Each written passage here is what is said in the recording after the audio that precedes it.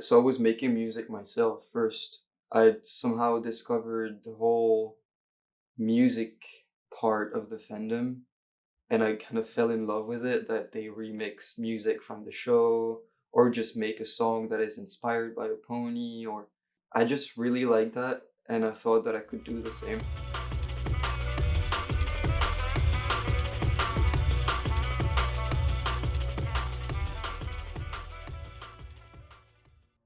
My Little Pony Friendship is Magic, a cartoon series that debuted in 2010, has captivated audiences far beyond its intended demographic of young girls. The show's colourful characters and positive messages have attracted a surprising fan base, adults known as bronies. The term brony, a portmanteau of bro and pony, was originally used to describe male adult fans of the show. However, since the fandom has expanded, the term has grown to include people of all genders. Other terms like Pegasisters describe women. Brony culture emerged shortly after the series' beginning, with fans creating music, fan fiction, and art based on the show.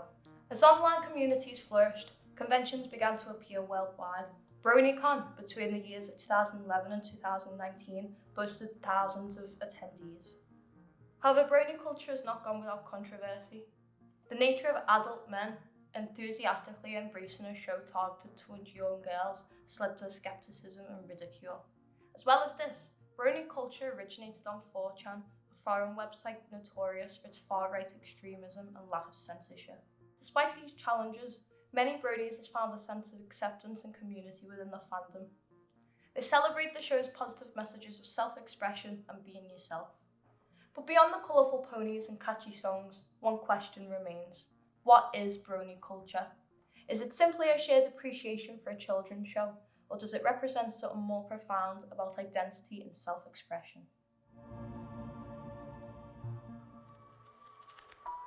Hello everyone! My name is 12.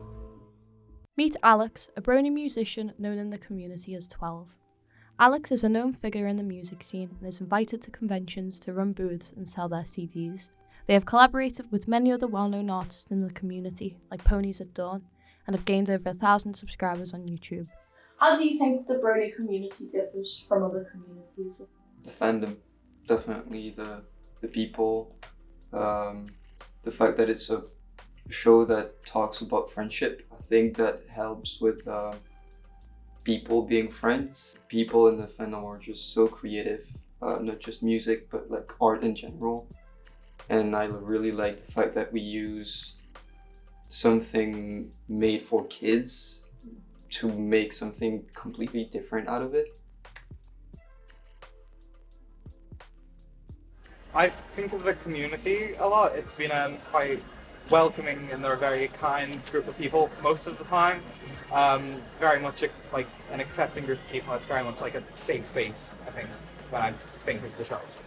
What do you think about like the representation in the show and just the general messages that they do teach? There's a point in every episode, and at the end of the episode you understand the point of the episode. Yeah, like there's a lesson to learn. Yeah, the lesson to learn. And I like that the lesson is not just for kids. It can be interpreted for adults too.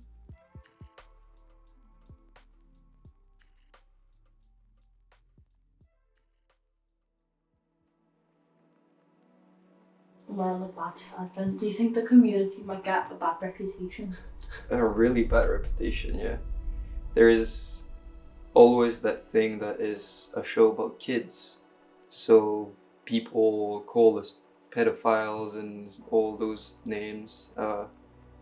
And I feel like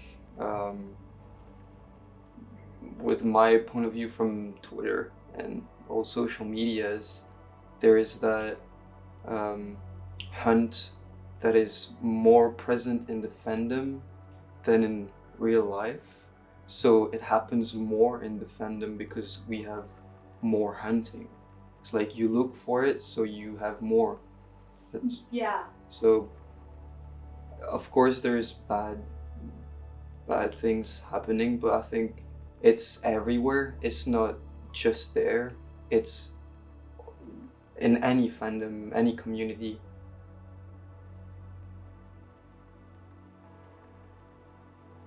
Yeah, I do kind of find it slightly odd, but I think you shouldn't really judge people, should you? But I hope they find comfort in it or some joy in it, and that they're able to find people that also like it too. I don't think so usually, because I used to work in a comic shop. So I've seen like the aiming of it. So I've seen like the comics that come out on the like weekly and like the TV show, like the cartoon and stuff. It's kind of aimed towards that now. So yeah, like with role-playing games being made with My Little Pony, Tales of Equestria. That came out, and then obviously like who plays role-playing games? It's like middle-aged men. So yeah, it makes sense to me. Then do you think you've ever been unfairly judged for being a brony? Not really, because even with my parents, I told them, yeah, I like that. What are you gonna do about it? They don't have anything really to say, because in the end, I'm making music. Yeah. I'm not making music about me. I am making music about ponies, but the main idea is I am making music, and they can see that it works for me. I remember once the first Ponies at Dawn album I listened to, I was painting walls of my bedroom with my dad, and at some point, so the whole album was playing, and at like the middle of the album, I told my dad that this is about ponies, and he was like, "No way!" And I explained that not a lot of people listen to it because it's about ponies. And he's like, "This is ridiculous. Those people deserve radio spots, and they deserve to be listened." And I 100% agree with that, because yeah, there's so many artists that are so talented, and just because it's about ponies, they don't really have the views they deserve.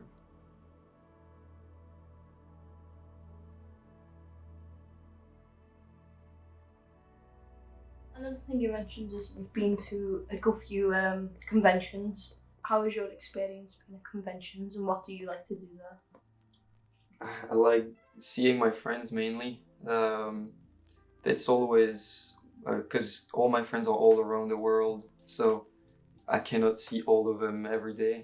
But at conventions, there's always meeting friends, but then also the DJing part, where I always go for DJing, and also meeting people who enjoy my music, that comes to my vending table to get a CD or just the picture or something.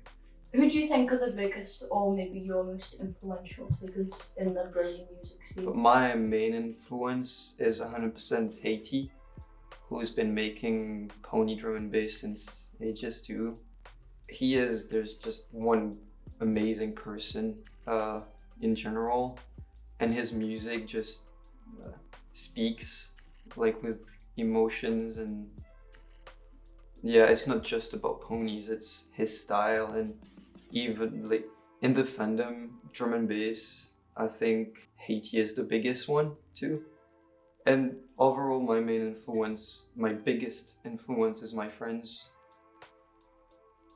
I would say bronies are more likely to be like accepting and tolerant of people of different identities.